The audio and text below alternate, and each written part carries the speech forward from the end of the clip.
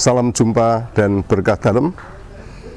Saya Romo Antonius Wahdi dari Gereja Kristus Raja Bajiro yang ingin mengajak Anda sekalian menanggapi sapaan Tuhan untuk kita pada hari ini, hari Jumat, tanggal 24 Januari 2020.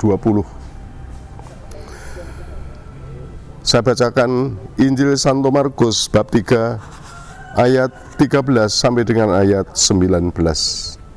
Untuk itu marilah kita terlebih dahulu membuat tanda salib, tanda kemenangan Kristus, dalam nama Bapa dan Putra dan Roh Kudus. Amin. Pada suatu hari, Yesus naik ke atas bukit. Ia memanggil orang-orang yang dikehendakinya, dan mereka pun datang kepadanya. Ia menetapkan 12 orang untuk menyertai dia, dan untuk diutusnya memberitakan Injil, dan untuk menerima dari dia kuasa mengusir setan.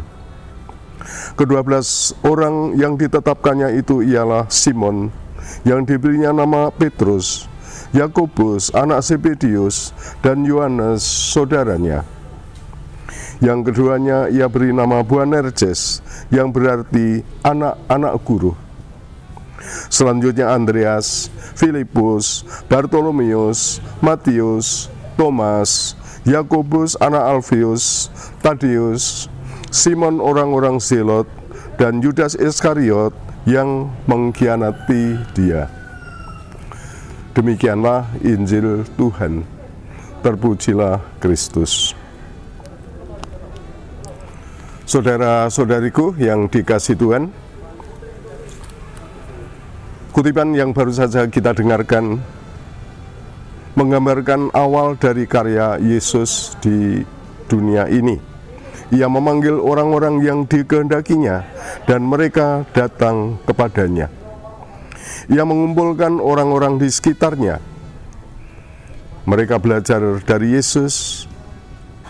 Mereka mempercayakan diri pada bimbingan Yesus.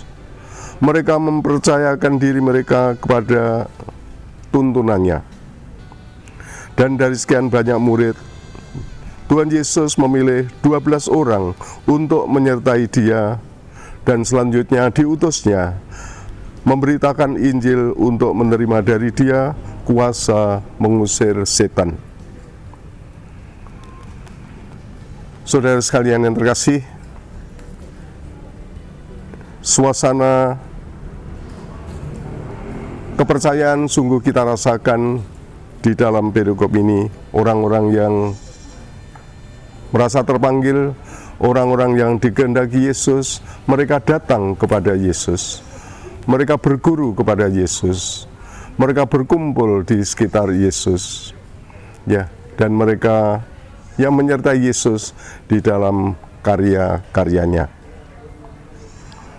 Saudara sekalian yang terkasih, kita bersyukur bahwa mendengarkan Injil ini, kita merasa dilibatkan. Ya, karena kita pun yang hidup di zaman sekarang ini adalah juga orang-orang yang dipilih oleh Yesus. Kita juga adalah orang-orang yang dipanggil oleh Yesus, seperti para rasul dahulu. Kita adalah orang-orang yang dikumpulkannya di sekitarnya. Kita yang berkumpul di dalam gereja, kita adalah orang-orang yang dikumpulkan di sekitar Yesus. Dan ya, marilah pertama-tama kita sungguh meneladan semangat para murid yang pertama. Kita dengan penuh kesadaran mendekat pada Yesus. Kita dengan penuh kesadaran datang kepada Yesus. Jangan sampai kita yang sudah kenal dengan Tuhan Yesus lalu kehilangan kedekatan. Jangan sampai kita yang sudah dekat dengan Tuhan Yesus lalu tidak peduli padanya. Hati kita semakin jauh karena kesibukan, ya karena macam-macam hal. Kita lalu menjadi semakin tidak mengenal Yesus, tidak peduli pada Yesus.